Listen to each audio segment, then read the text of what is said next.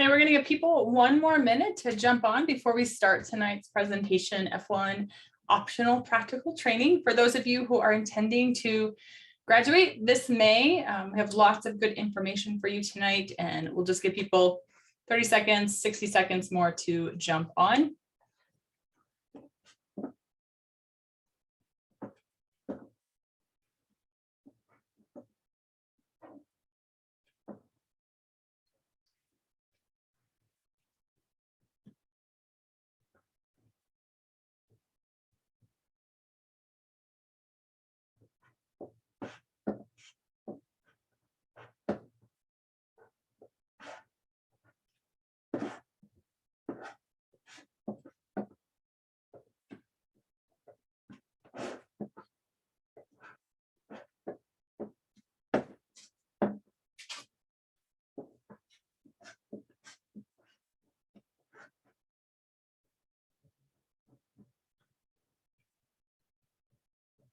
We're just waiting for one more host who's having some internet difficulties tonight, so we'll just give her one more minute too.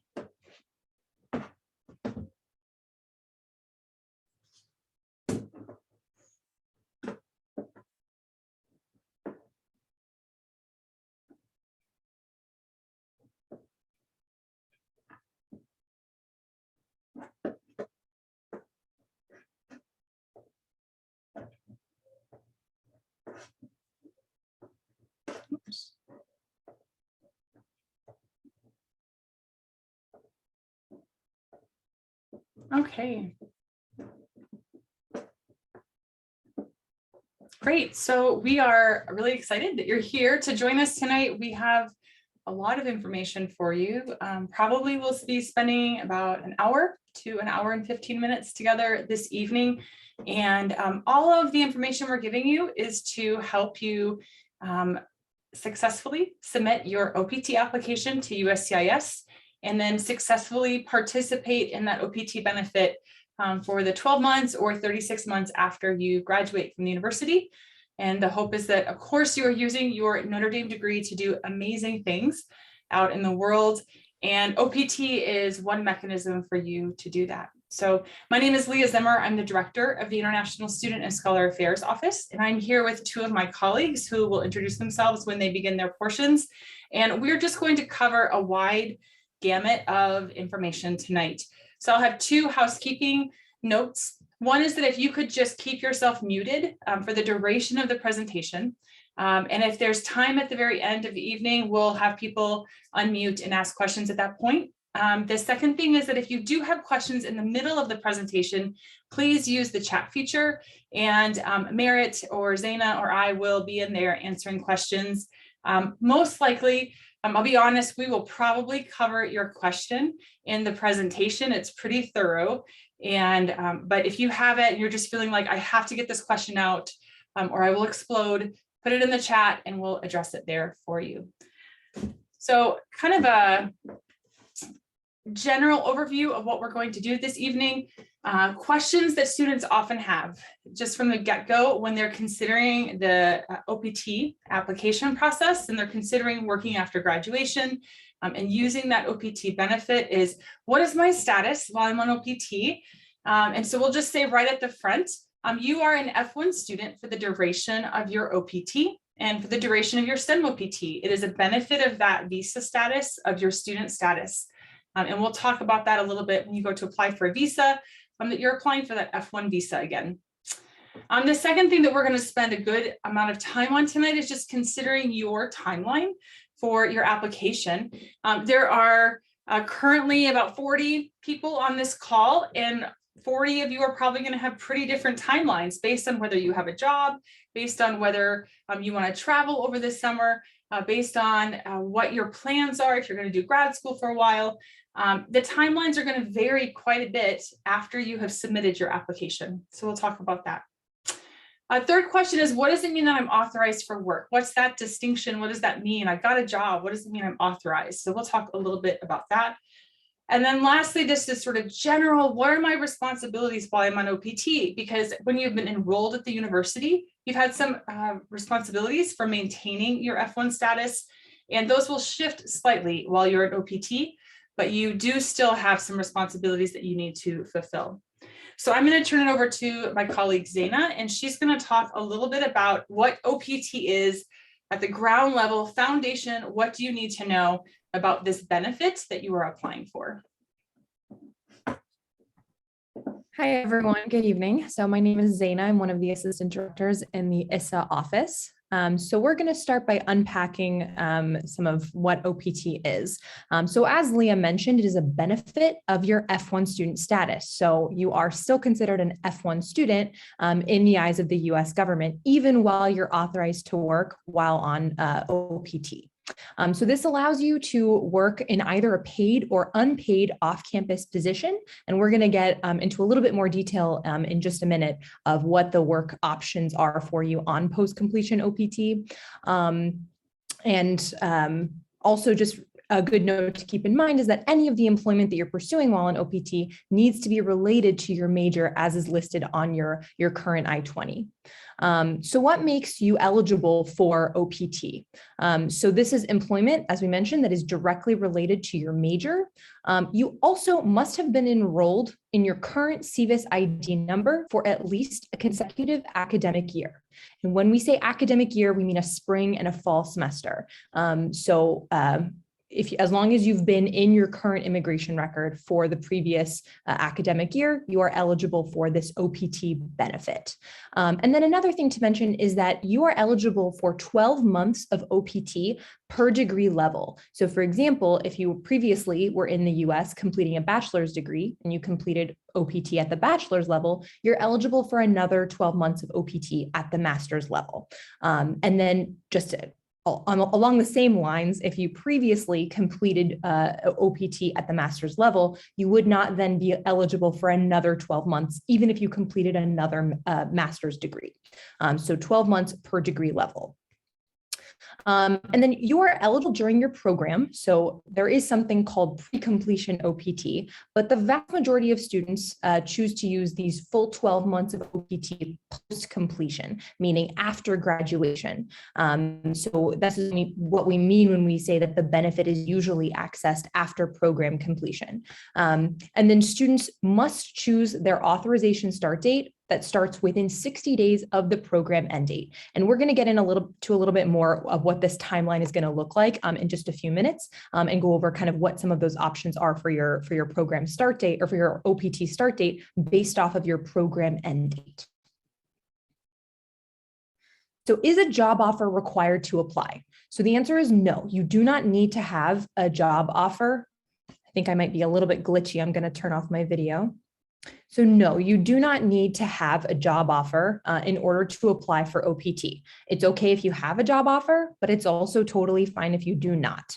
As we mentioned, the employment authorization period for your OPT must start within 60 days or program end date, and the duration of the OPT is 12 months. Throughout that 12-month period, you are allowed up to 90 days of unemployment within that 12-month window. And so if you need to use some of those days of unemployment to still be searching for a job, that is perfectly permissible. You are able to use some of those days of unemployment if you haven't found a job yet. And I think it's also important to note that you can be looking for a job from the start of when you apply for your OPT until you actually get approved. So you actually have quite a large window to be searching for employment. And then who grants OPT? So while ISSA recommends you for OPT, and our recommendation comes in the form of a new I-20, it is actually the U.S. Citizenship and Immigration Services, or USCIS for short, that actually determines whether or not to approve you for OPT. Even though the recommendation via the I-20 from the ISSA office is required in order to apply. You will need the I-20 with the OPT recommendation to submit your application for OPT. And then what else do we need to know about the application process?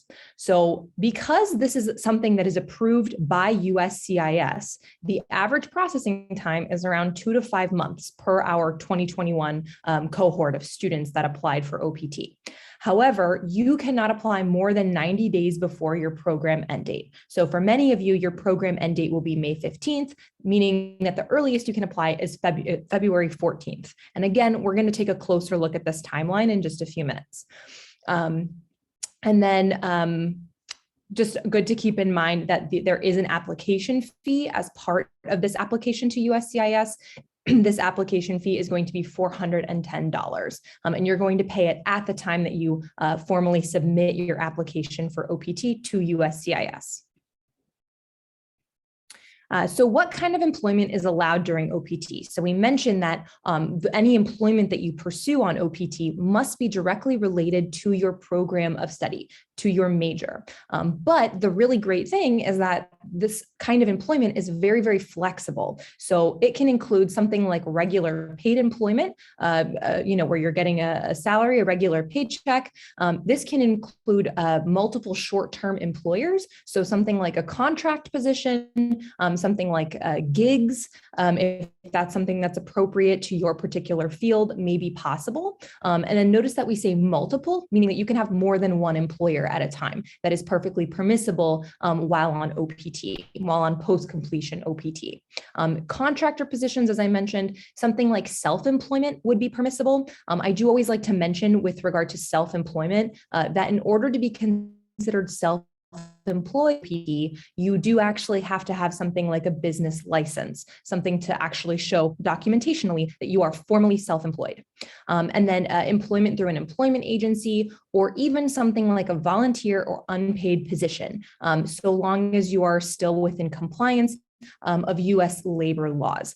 So even if you find a position that is related to your major field of study, you are working at least 20 hours per week, but you're not getting paid, that is permissible for post-completion OPT. So that is okay. Payment is not required. And then, as I just mentioned, it's good to keep in mind that any work that you're pursuing while on OPT, in order to stop your days of unemployment from counting, you must be working at least 20 hours per week, which is what USCIS considers to be full-time. And this is, as I mentioned, regardless of whether the position is a paid or unpaid position. And then moving to remote work while on OPT. So this is definitely a question that comes up a lot, particularly in the context of the COVID-19 pandemic. So current COVID policy does allow students to engage in remote work, even if you're abroad. So if you plan to travel home for a month and you're going to be working remotely, that time will not be counted as days of unemployment. You can still continue working on OPT, maintaining your status on OPT, even while working remotely. But it is important to note that your employer must be able to monitor and assess your work electronically. And if there's any way to keep documentation of this, we would definitely advise that, just how the employer is evaluating your work if you're working remotely. And then when you're reporting, which we're going to get into a little bit more later, any employment you have on OPT needs to be reported to the US government. And when you're doing this reporting, if you are working remotely, it is important to list your company's US address. And then when you are explaining the work that you're doing, you can indicate the remote work site, since that address will be different than the company's address. But remote work is permitted currently, given the current guidance, while on OPT. And Zaina, I just want to add here too, that when we're talking about current COVID policy, it is technically only valid through the end of this academic year, but you may have friends who graduated last year who have been working abroad, working in their home country, and still able to report that as OPT. We can only speak to the policy through the end of the academic year. We have not received updated policy for after. So just look for notifications from us about the current policies on remote work, especially if you intend to be outside of the US for any length of time.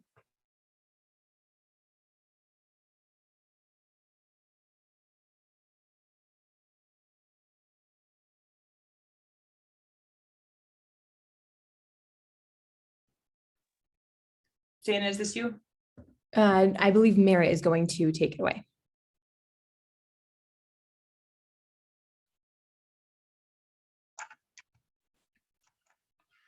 All right, so hello everyone, my name is Merritt.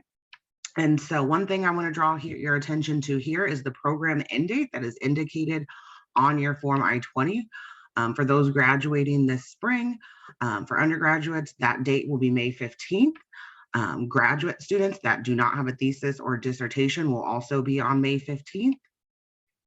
And graduate students that do have a thesis or dissertation, it will vary, but likely the date for graduation will be the end date, will be the completion semester, and the end date may also be related to the dissertation defense date, the final submission, or the last day of your responsibilities as a TA.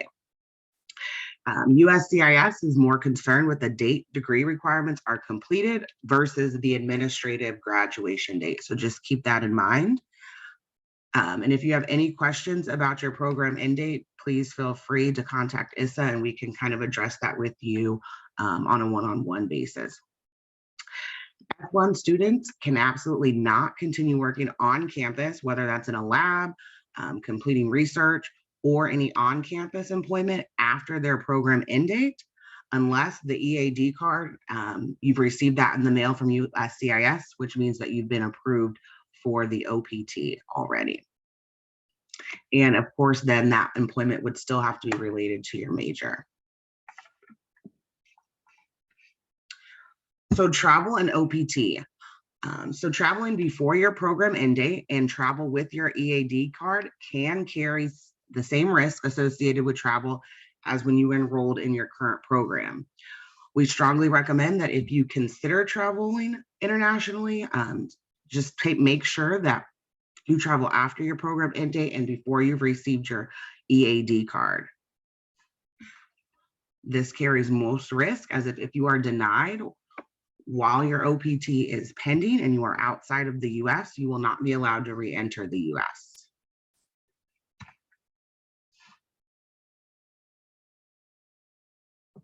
Okay, so unemployment and OPT. As Zeta mentioned, within the 12 months of OPT authorization period, you all will be allowed up to 90 days of unemployment. And keep in mind that if you fail to report employment, even though you are working, those days will be counted as unemployment. And also keep in mind, if you happen to take a vacation while you are employed, this will not count towards your unemployment days. Okay, so we want to talk a little bit more about this OPT timeline now that Merritt and Zena have talked about these different points. So if you have your I-20 with you, it might be worth pulling it out just to confirm what your program end date is on your current I-20. For most students, if you have a May 2022 graduation date, that date should be May 15th, 2022 on your I-20. And that means that that's really our starting point in terms of figuring out a timeline for all of your other decisions around this authorization application. So May 15th, Zena mentioned that 90 days before the program end date on your I-20, you are eligible to submit an application to USCIS. And so this year, that means that as of February 14th, students can begin to submit their application to USCIS, and students can submit that application all the way through July 14th. So you have a pretty long window in which you can submit your application. You're going to hear us say a number of times going forward, we strongly recommend that you submit your application as soon as you are eligible to do so. And that means most students, we would recommend that you get your application in by the end of February, between February 14th and February 28th, because you need to give USCIS a lot of time, 2 to 5 months, as Dana noted earlier, to process your application. And there is no way to expedite that process with USCIS. And so you want to make sure that you've gotten your application in so that once you've graduated and this coming summer, you have the documentation you need to move forward with your life and your employment. So this program end date is also really important. The reason that you can apply until July 14th is because you have a 60-day grace period after graduation, even if you don't apply for OPT. And that 60-day grace period is also the window that you are going to set your authorization start date. So if your program end date is May 15th, then your authorization start date options are anywhere from May 16th to July 14th. And any day in there, whatever you decide based on your situation, and we'll talk about a few situations in a minute to give you a sense of the variety of things that you want to think about to be strategic in setting that authorization start date. Your authorization start date is, of course, not your employment start date. The authorization date is when are you allowed to work legally in the US after graduation. And the start date for that must be set between May 15th and July 14th, right? So first day is May 16th, last possible day is July 14th. And like I said, we have 46 students on the call. All of you will you'd have an option to choose a different start date. That's totally appropriate depending on your situation. The other window that we have here is this July 14th to October 13th. So let's say a student decides, I'm going to choose the last possible start date because I don't have a job. I'm super nervous that I'm not going to get it in time. So I just want to push out that decision until July 14th. I'm not going to worry about it. If a student sets that July 14th start date for their EAD card, then they can be unemployed, still looking for a job. And by October 13th, as long as they've reported employment on that day, they're legally present in the US. Okay. If a student chooses July 1st, of course, that unemployment end date, that last possible date where you can't work, gets moved up to October 1st or September 30th, right? So whatever authorization start date you choose, that's going to start the unemployment clock and that eligibility for that unemployment, or it's going to be the time that you are reporting employment. Some students get at the end of their program and they're like, I just need a break. I've been working really hard for 1 year or 4 years or 7 years, and I just need a break. I actually don't want to have to work until as late as possible. And so they choose that July 14th day because they want a later start date. And they have a good idea then of when they're talking with employers, when will they be available to begin working. What gets really challenging, and I'll speak specifically to our undergraduate students in the room, because most frequently we have undergraduate students come to us who choose a later start date. So they choose July 1st and they choose July 15th in the years where that's appropriate. And then they get an opportunity to work with a professor on campus in June. And once you choose this authorization start date in February and you submit that to USCIS, there's really not a mechanism to change it. It just really messes up your process and your application. It may delay it. So you have to decide now when you want your authorization start date to be. So you want to consider what are the opportunities that I might have. So graduate students, maybe your professor is going to want you to keep working in the lab. Well, you're going to need to have authorization then from May 16th until the following year, right? Like you're going to have that in place in order to do that work. Let's say that there's a professor who has a great grant opportunity. And it's like, oh my gosh, it would be amazing to work with you for 3 months. Unless you have the EAD card and it's in hand and you've reached the authorization start date and that work is related to your major, then you'll have to decline. And so it's just really important to understand that the decisions you're making now may have an impact on the opportunities you can access this summer. So on this schedule, if the student's program end date is May 15th, the earliest date that USCIS can get their application is February 14th. And I'll just say, if they get your application on February 13th, they will reject your application. you'll have to pay the fee again. And they may not reject it for a month. You may not know for a while that there was a mistake made, but it cannot arrive more than 90 days before your program end date. And then you're going to absolutely have to submit that application by July 14th. And you're going to need to choose that authorization start date in that 60-day window. So we have a couple of situations that are actually pretty common for students. And we'll just assume this may be a few situations of some of you listening now. The first is our student Yang, who has a job offer, very excited, and his employment start date is actually May 20th, right? So pretty close after graduation, his employer wants him to start working. He has his F1 visa, which is valid through May 16th of 2022. So it's going to expire this year right after graduation. He will not have a valid visa after that. But he knows that he wants to visit home in the next year. So there are a couple of things that Yang needs to consider. One is he's going to want to have a good conversation with his employer, because if he submits his application on February 14th as early as possible, but USCIS is at all delayed, he needs to be ready to have that conversation with his employer. Like, I can't begin working yet because USCIS hasn't authorized me to work, right? So that's going to be a conversation he's negotiating with that employer. And if that is unmovable, that's fine. We'd still say submit it, put May 20th down as your authorization start date, because if USCIS is delayed, they'll push that date back to the date that they process it. The second thing that we would tell Yang is something that Merritt mentioned, and that's that travel can be really tricky when you don't have the EAD card and that approval notice for your OPT, because if you're outside of the US, especially if you don't have a valid visa when you're traveling, you may not be able to get back in until the approval notice comes through or the EAD card is processed. And we've had a number of students who had to go and apply for a new F1 visa after graduating and went home for the summer, but their EAD card wasn't approved yet, and the consular officers would not talk with them or schedule an appointment until that EAD card came through and they had a status to return to the US with. So it can be tricky to travel. But in this case, if he has his EAD card in hand, when he goes home, he's going to apply for a new F1 visa, and he's going to have that EAD card to show that he has a status to return to the US with, and he'll have that job offer, and he'll have some good evidence for the consular appointment. So in this case, he actually has a pretty good situation, except for that timeline is really tight, because USCIS has typically varied, I think as Zaina mentioned earlier, between 2 and 5 months of processing.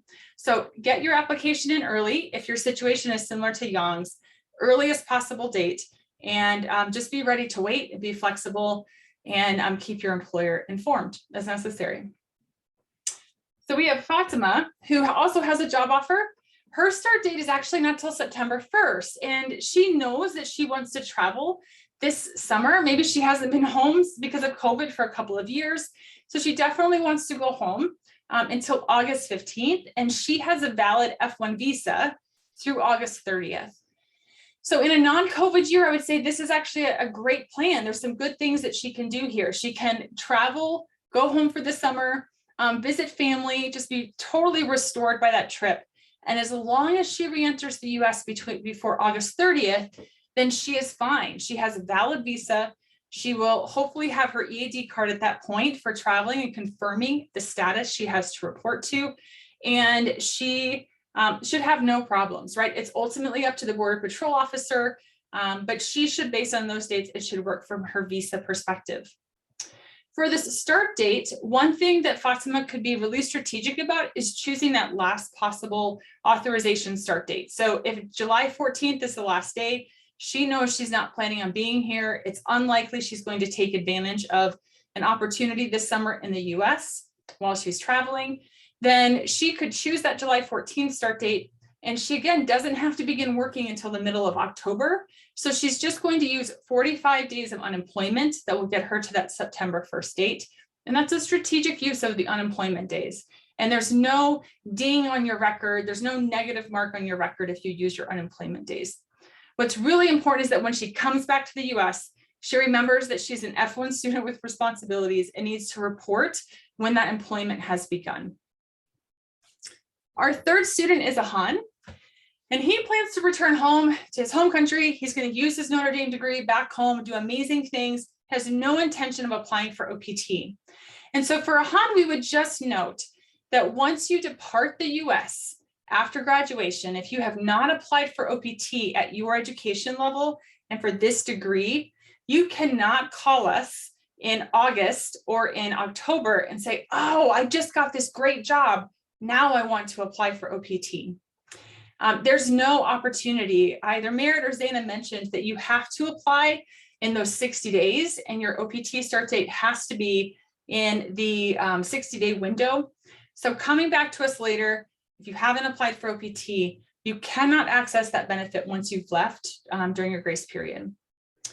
In this case, we'd also say, if you're a bachelor's student and you think I'm not going to work in the US, there's no way, then we would say, well, consider, is it worth applying for OPT just in case, because it is unlikely you are going to come back to the US for another bachelor's degree.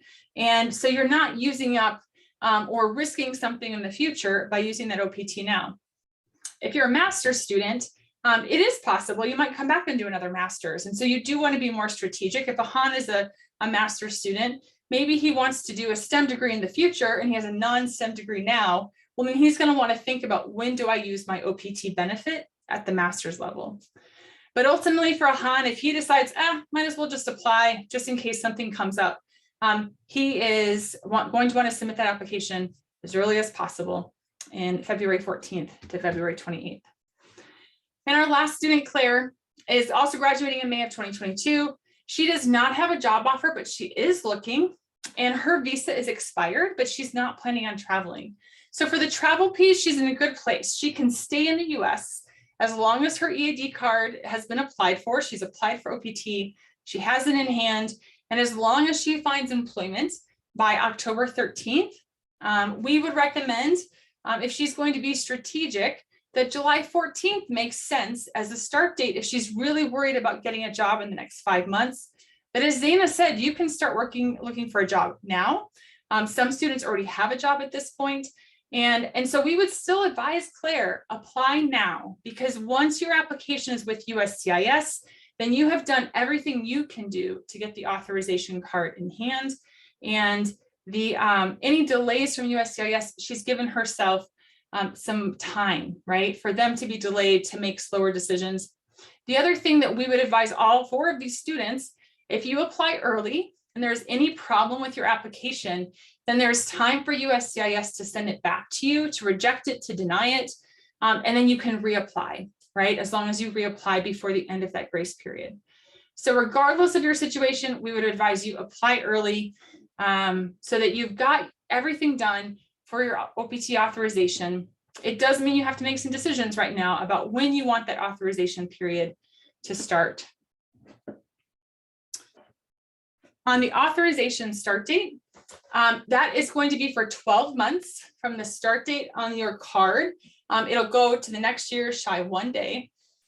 You are authorized for employment, but you still have a responsibility to report all of your employment. So if you get a job for 3 months, you need to report that employment within 10 days of starting that job. If you get another position, or you switch positions, or you add a position, all of those positions have to be reported. And you can do that through the SAVP portal, which we'll talk about in a second, or through ISSA link, which is less preferred, which we'll explain later. That authorization start date may be different from your employment date. So Fatima has an employment start date way in the future, but she's choosing that authorization start date within the appropriate window. And it might just require you to use some of your unemployment days. So be strategic about that. Don't worry about it. Don't panic. Just be strategic about how you're going to use the unemployment benefit within the OPT benefit. The other thing, I mentioned, if there's any possibility that you might take advantage of summer research or a short-term project on campus, it's really important that you consider that when you are submitting your application. One example that I'll give is that a STEAM program and the IDEA Center often have grants over the summer. So if you have applied for any of the IDEA Center grants for the summer, you have to have OPT in order to participate in that grant opportunity. And every year we have a number of students who think, well, it was with Notre Dame, I didn't need any authorization, but they're being paid and there's some work associated with that. It's going to have to be reported, and those students needed to have OPT authorization to participate. So anything that's happening on campus, off campus, abroad. If it's employment, if it's even volunteer position in your field, you're going to need the authorization. And you also want to consider how flexible you want to be to accept a position. So if your employer has said, we don't really know when we're going to have you start, well, you're going to want to consider, is June 1st going to be a good start date, authorization start date, that allows you to jump in when your employer is ready for you to begin working, right? And then again, I said it before, and I'll just say it again. Once you've submitted that application to USCIS, there really aren't any changes you can make to it. That date that you're choosing now is pretty much set. If you come to us later and say, oh, there's this great opportunity, we're going to say you need to leave your application as it is. You might have to decline or ask for them to move the start date of that opportunity.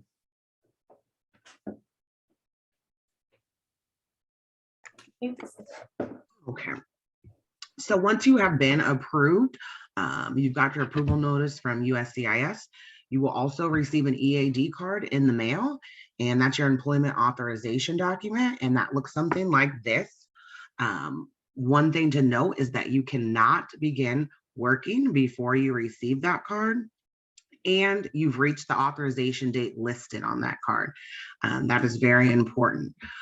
Some things to note about your EAD card is it is not a travel document. You must have a valid F1 visa and an I-20 with that is endorsed for travel to enter the US anytime you travel internationally. And keep in mind also that an approval notice is not the same as the EAD card that you see here. Once you receive your EAD card in the mail, please make sure, look it over, make sure all of the information is correct, the spelling of your name, sometimes there are discrepancies in dates. And if you find anything that is inaccurate, please contact our office and we'll provide instructions on how you can get that corrected. And when you are tracking the progress of your application, please note the differences between approved and sent for processing and mailing the card. Some students have waited up to 4 to 6 weeks before between an approval and receiving the card in the mail. So just like I said, keep in mind, you cannot start working until you have that card in hand. So as we mentioned earlier, while you were in your program, you had some reporting responsibilities, and some of those will carry over while you are on OPT. Some of those are that you are required to report address and employment changes via the SEVP portal or ISSA link within 10 days of the change. You are not able to backdate or pre-report your employment reporting more than 10 days. So it's important that you ensure timely reporting. And so you will receive an email on your authorization date listed on your EAD card about the SEVP portal, and you'll report all employment changes and address changes there. So look for this, as that link will expire within 2 weeks. And again, if you have any issues with reporting or do not receive that email for the SEVP portal, contact us and we can assist you with getting that account reset.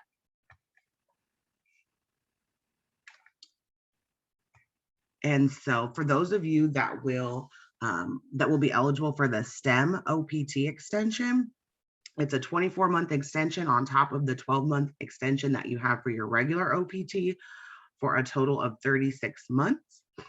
So what you should know about the application process, students will apply within 9 to 12 months of the original OPT when that ends. So you can begin applying 90 days before your current OPT would expire. And keep in mind that the OPT date will be on the EAD card. And again, there will be another processing fee for the STEM extension, and that will be another $410. One difference to note with the STEM extension is that a job offer is required. On regular OPT, you can apply while still looking for a job. That is not the case with the STEM extension. So just keep that in mind. Again, it will still have to be full-time, which is 20 hours, paid and supervised. Are there limitations on the kind of employment? Yes, there's a little bit more flexibility with regular OPT. But this STEM extension requires a more typical employment contract, as a supervisor must sign off on a training plan, and the company that you are employed by must be E-Verified.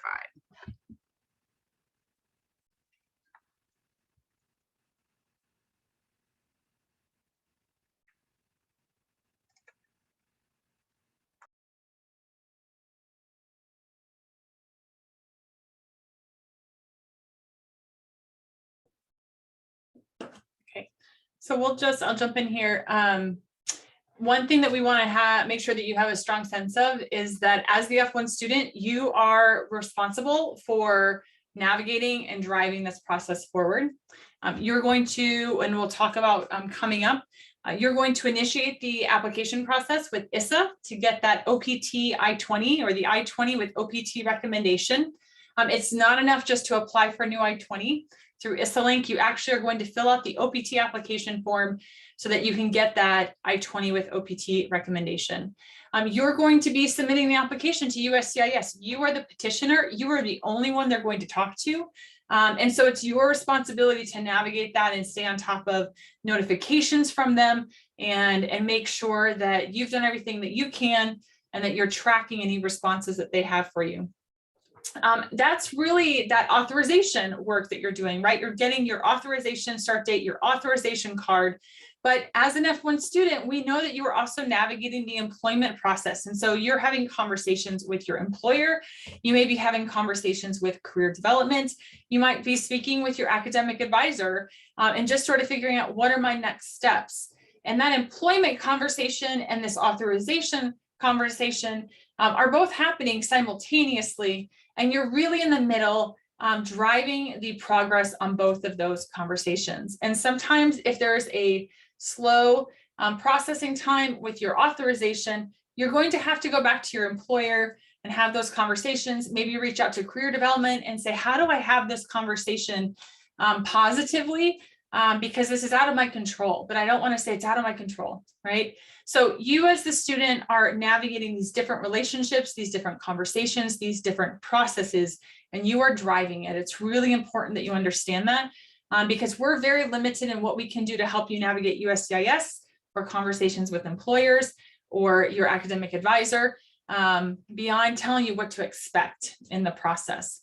So that's an important, important point there.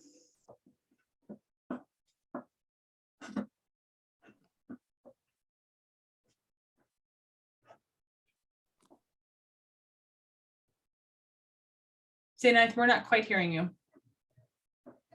Okay, can you hear me now? Yep, perfect. Great, sorry about that. Okay, so as we move into the application process, so we took some screenshots here of what you're going to see if you have not already started this process with applying for the OPT I-20 through ISSA link. So we give you the link on this slide, issalink.nd.edu, and you're going to be completing the OPT application e-form. So this is what it's going to look like. You're going to answer a series of questions. You're going to indicate to us what your completion date is. You're going to also have to list your academic advisor or your advising dean. Whoever is advising you on your academic progress is going to need to sign off on this form in order for us to move forward, in order to confirm that you are in fact completing your program this semester, whenever your estimated completion date is. Once we have both your portion of the form and your advisor's portion of the form, then it will come to the ISSA office for processing. If everything looks good, all the information lines up, we will move forward with issuing this new OPT I-20 with the OPT recommendation. What this recommendation looks like is, as this screenshot here on the right, on page 2, under employment authorizations, you'll see that we recommended you in this new I-20 for completion OPT, and you'll see your requested dates, the requested start and end dates that you listed in the form. And so this is the I-20 that you're going to need in order to file for your post-completion OPT with USCIS. It's important to note that ISSA is currently issuing electronic I-20s. So when you receive the I-20, it will be attachment to the approval email, and you will need to print this I-20 off and hand sign it, and then scan it in order to submit. If you're filing via online, through the online system, we're going to cover that as well in just a moment. But you will need to make sure that you print this off and hand sign it. These instructions will also be in the approval email, so please make sure that you're reading that email carefully, and your I-20 will be attached.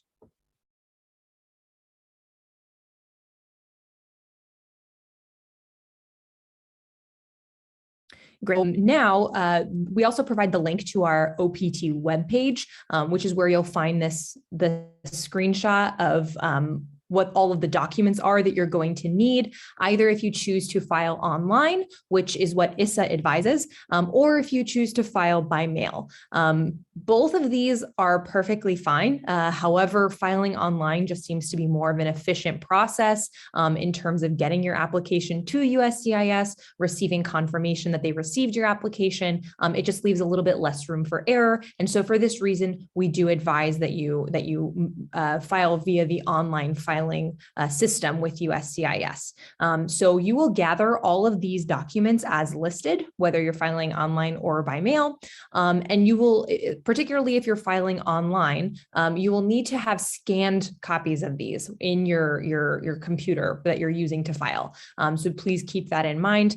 And you can also start gathering these documents while you're waiting for ISSA to approve the I-20. That way, once you get the I-20 and you're within that 90-day window, you're good to start this filing process. And then once you upload all of these documents and you've completed the application, you will submit it to USCIS. Now, if you have questions during this process, if you start the online application, or if you're completing the I-765, if you're filing by mail and you have questions about this, you are more than welcome to schedule an appointment with an ISSA advisor, and we will be happy to go over that with you and answer any pending questions you have before you submit it to USCIS. Again, once you submit it, your ability to edit the application is quite limited. So if you have questions, make sure to get them answered before you submit the application.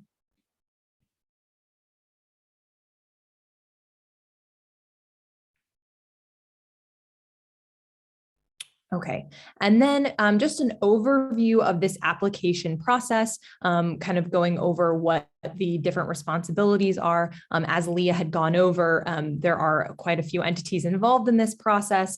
So for you as the student, it's your responsibility to make sure that you understand what it means to maintain your status while on OPT. What are your responsibilities in terms of the kind of employment that you can pursue, and what your reporting obligations are when you're on OPT and you either start new employment or stop employment or change your US address. You need to make sure that you complete that OPT application to start this process, as we mentioned, and we do provide the link here as well. If a few days have gone by and you have not received any follow-up from the ISSA office, it would be a good idea to follow up with your academic advisor just to confirm that they haven't submitted that recommendation, that second part of the ISSA form. It will not come through to ISSA for processing until we have both yours and your academic advisor's completed of this online form. So that's super important. So if you haven't heard anything, it would be worth it for you to follow up with your academic advisor. And then, as we mentioned, we're going to send you this I-20 when we approve your OPT request for the new I-20. We're going to send this to you via email. It will be an attachment, and you will need to print it out and hand sign it. If it's applicable, and as I mentioned, read through that email that we send you. Make sure that you're reviewing any ISSA advisor notes. And if you have any questions about your application, your I-765 or the online filing system, if you have any questions while you're completing that, make sure to talk to ISSA before submitting it, and we're happy to review it with you. You'll submit the application packet to USCIS. Again, you can do this within up to 90 days before your program completion date, within that 90-day window, through the 60-day grace period. However, as we mentioned, we do advise you submit it as soon as possible, as soon as you're eligible. And also important to keep in mind that that I-20 that we give you, that recommendation is valid for 30 days. So once we give you that I-20, you'll need to make sure that you submit that application to USCIS within 30 days. If you do not submit it within 30 days, please be sure to come back to ISSA to get an updated OPT I-20. You will need a new recommendation in that case. Once you've submitted your application to USCIS, you can track the application status. So when you submit the application, you're going to get a receipt number, a receipt notice, just confirming that they got the application. And you can use that receipt number to track the application throughout the processing, throughout USCIS processing. It's not going to give you every single detail of where they are at in processing, but it will give you a good indication of how it's going through the checklist of what USCIS is doing, and they will update it when it's been approved. They'll update it when your EAD card has been mailed out.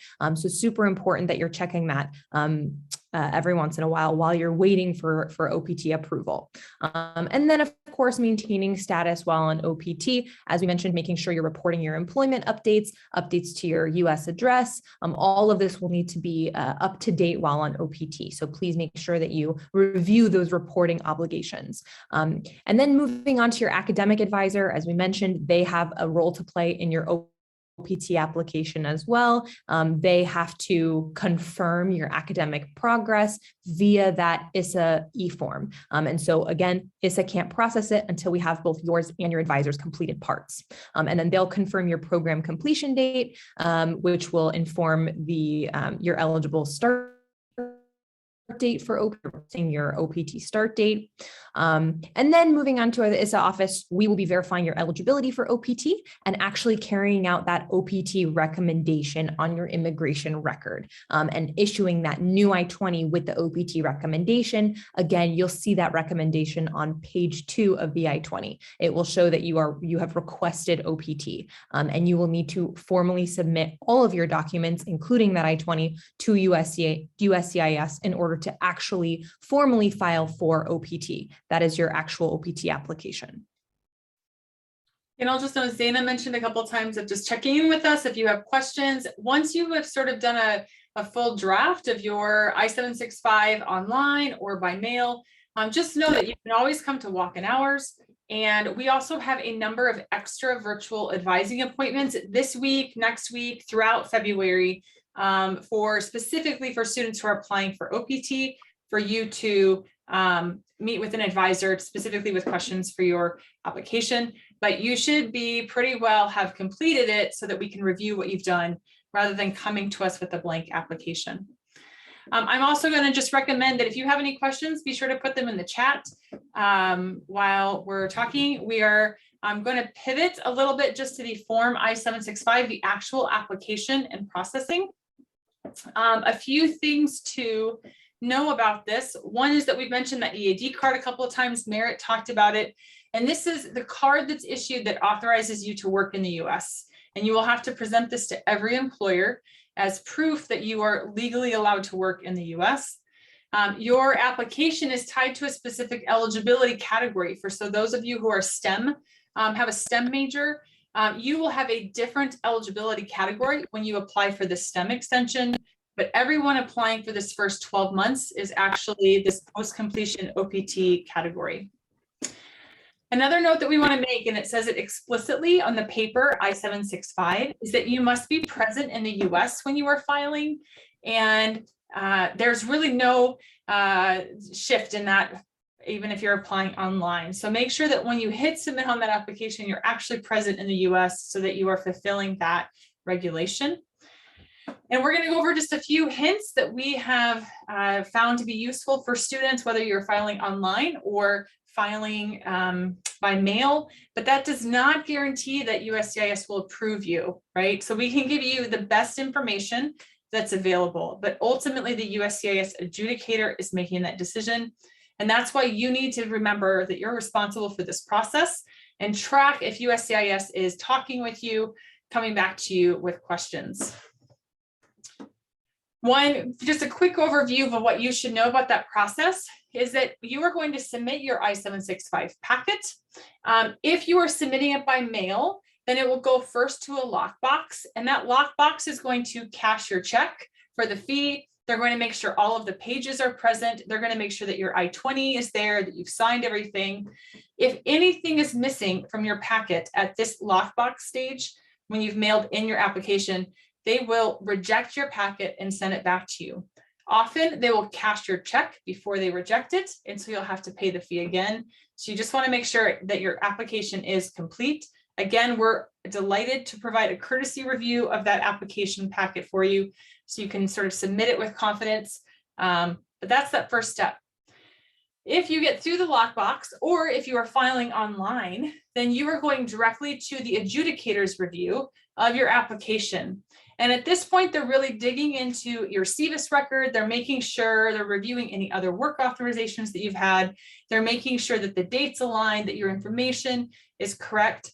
We are seeing more and more that USCIS is doing background checks at this stage. And so that's often what delays the application.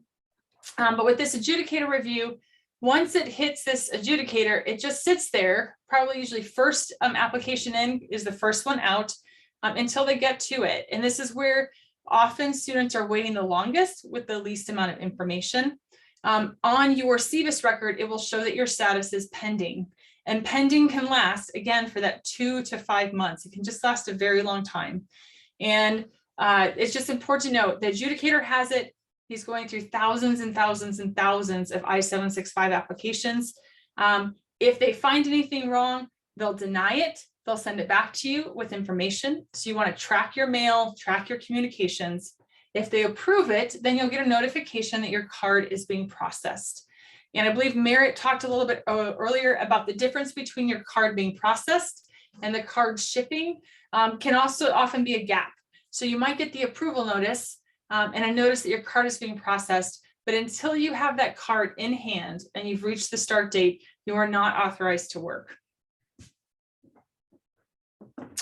A few other things Zaina mentioned, if you submit your I-765 and that I-20 more than 30 days past the day that we issue the I-20, it will get rejected.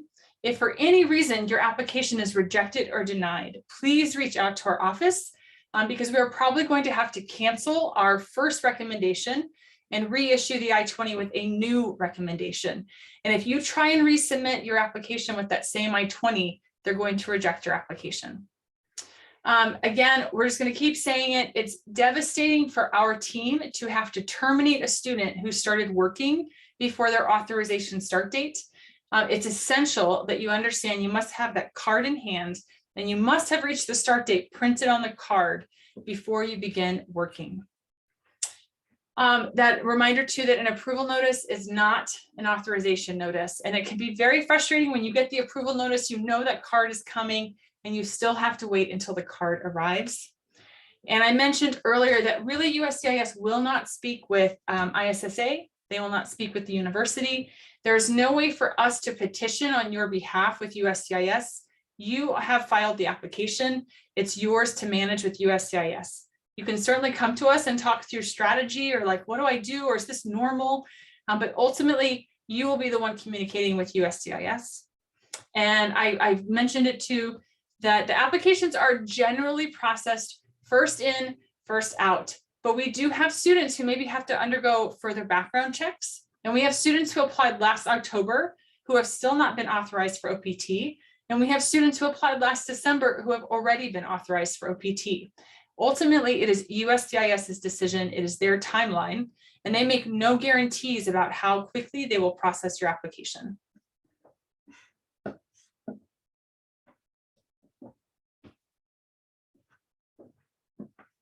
I think this is it.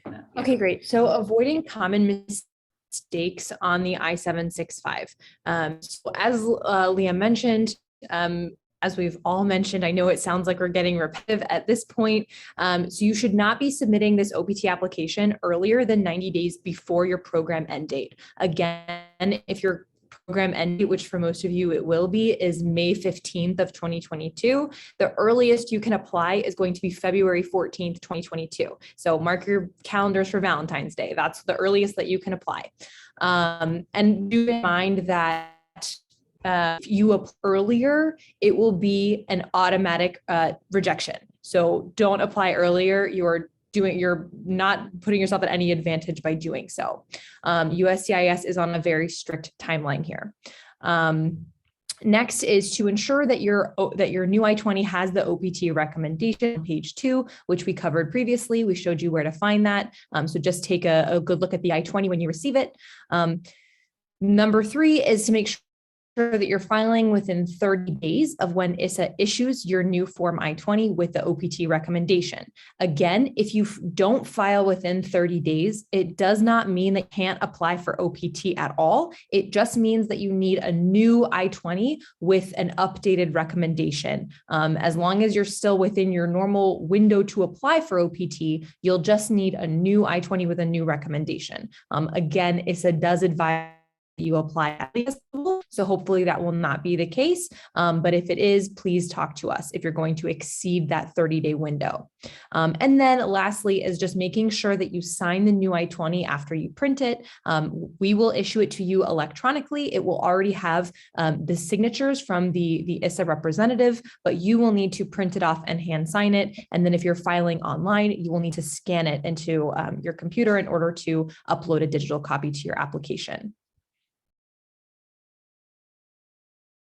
And then if you are filing the Form I-765 by mail, again, note that ISSA does recommend filing using the online system. But if you are filing the Form I-765 by mail, we do recommend that you type your answers when possible, only because unless you have immaculate handwriting, sometimes handwriting your application can result in things like a misspelled name or errors in the information that you're listing on the application. And do keep in mind that if they misspell your name on the EAD card, if there's some sort of incorrect information, you will need to get an updated EAD card later on, which will be an annoying process to say the least.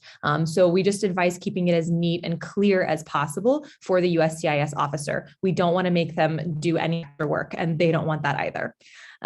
So number 2, making sure that you submit all 7 pages of the I-765, even if you're not completing all of the pages. So there, for example, may be a page that you do not complete. For example, one page is if you had someone managing the application for you, which in many cases is not going to apply to you. And so one of the pages will be blank. You still need to include that blank page in the application. Make sure that you complete all blank fields, something like an N/A, if that particular field is not applicable to you, would be satisfactory. And then make sure that you're reading the I-765 instructions. A lot of the sections of the I-765 have little instructions at the top. And so just make sure that you're reading it carefully, just so that you're completing it accurately, how to complete that section, or if additional documentation is going to be required for that section. If you're going to need a replacement card, if you lose your EAD card, if you need to file for a change of address while that application is pending, make sure that you read through those I-765 instructions before you start completing it.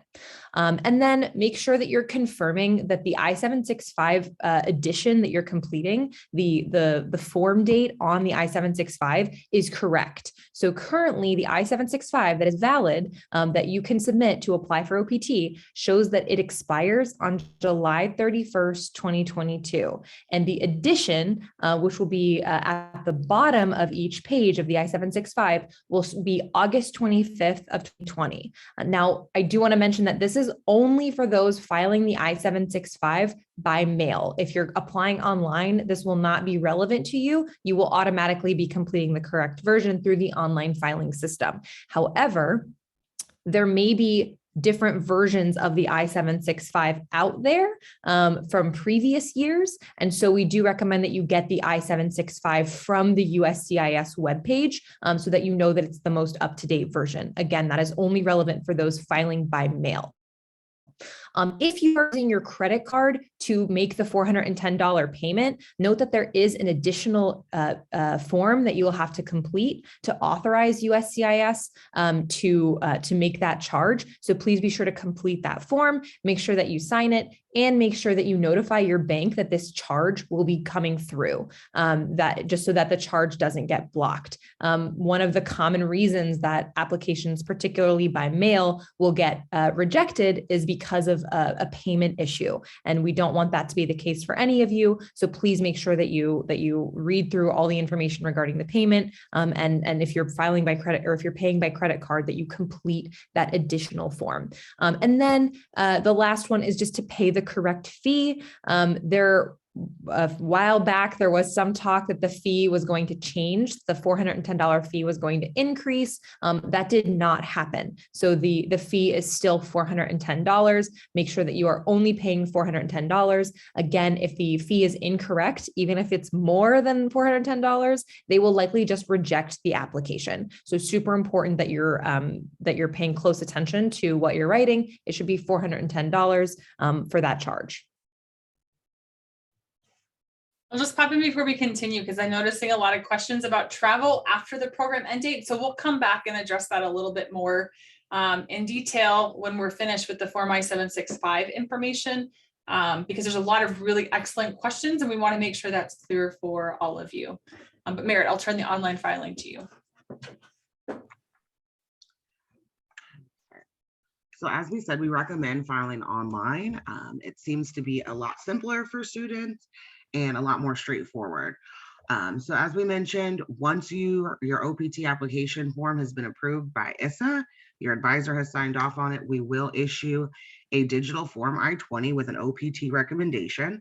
You will want to print that document off, sign it, and then scan an electronic copy for uploading with the application that you will file online. To do this, you'll also want to create a free USCIS account. That is where you'll be able to check the status of your application and receive any notifications there.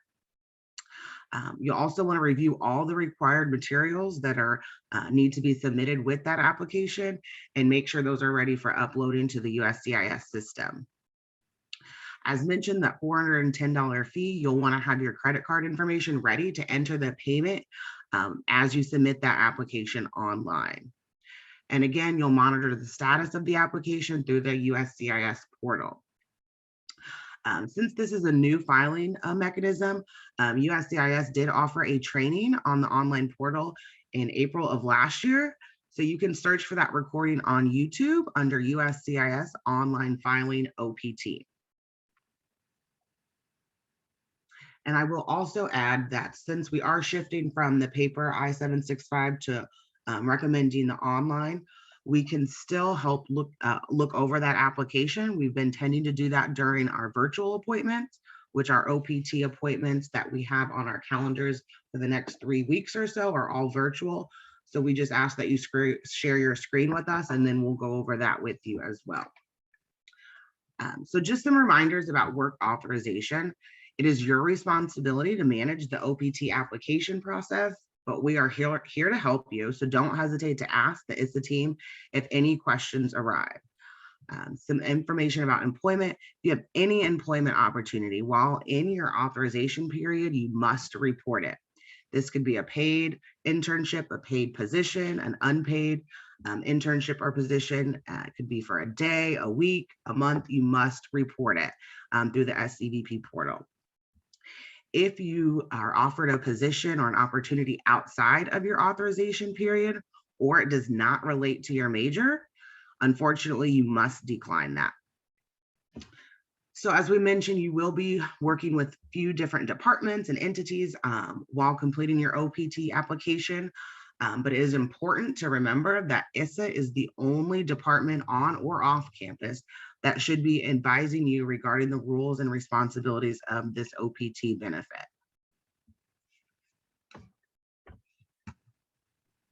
Okay. We have repeated a lot of the messages that are on this takeaway page throughout our conversation tonight, and so I will leave those there and address the questions that have been coming through about travel.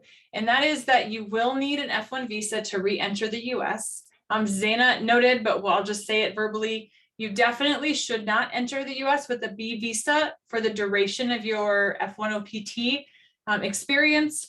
And you are going to want to come in as an F1 student with your I-20. You will actually go to the consulate, set up the appointment, complete the DS-160, everything that you did for your first F1 visa, you're going to do again for the application while you're on OPT. The only difference is that in our experience, the consulate will not process your application or schedule an appointment until you have proof that your ED card has arrived or your OPT application has been approved, because they want to ensure that they are giving you a visa for a status that you will actually have upon return to the US. So the B visa is not going to be appropriate to enter with during that time, but that you will do that same exact process for the F1 visa.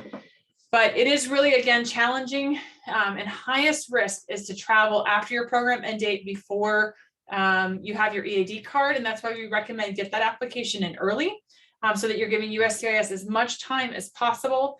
When we talk to our colleagues at MIT or other schools on the East Coast, they just started their spring semester. So by submitting that application in as early as possible, February 14th, you're going to beat out the other schools who started later than Notre Dame did this spring, which is another good incentive. And hopefully USCIS will process your application more quickly. But regardless, you want it in as soon as possible, so you don't have to worry about those travel restrictions or recommendations after you have graduated.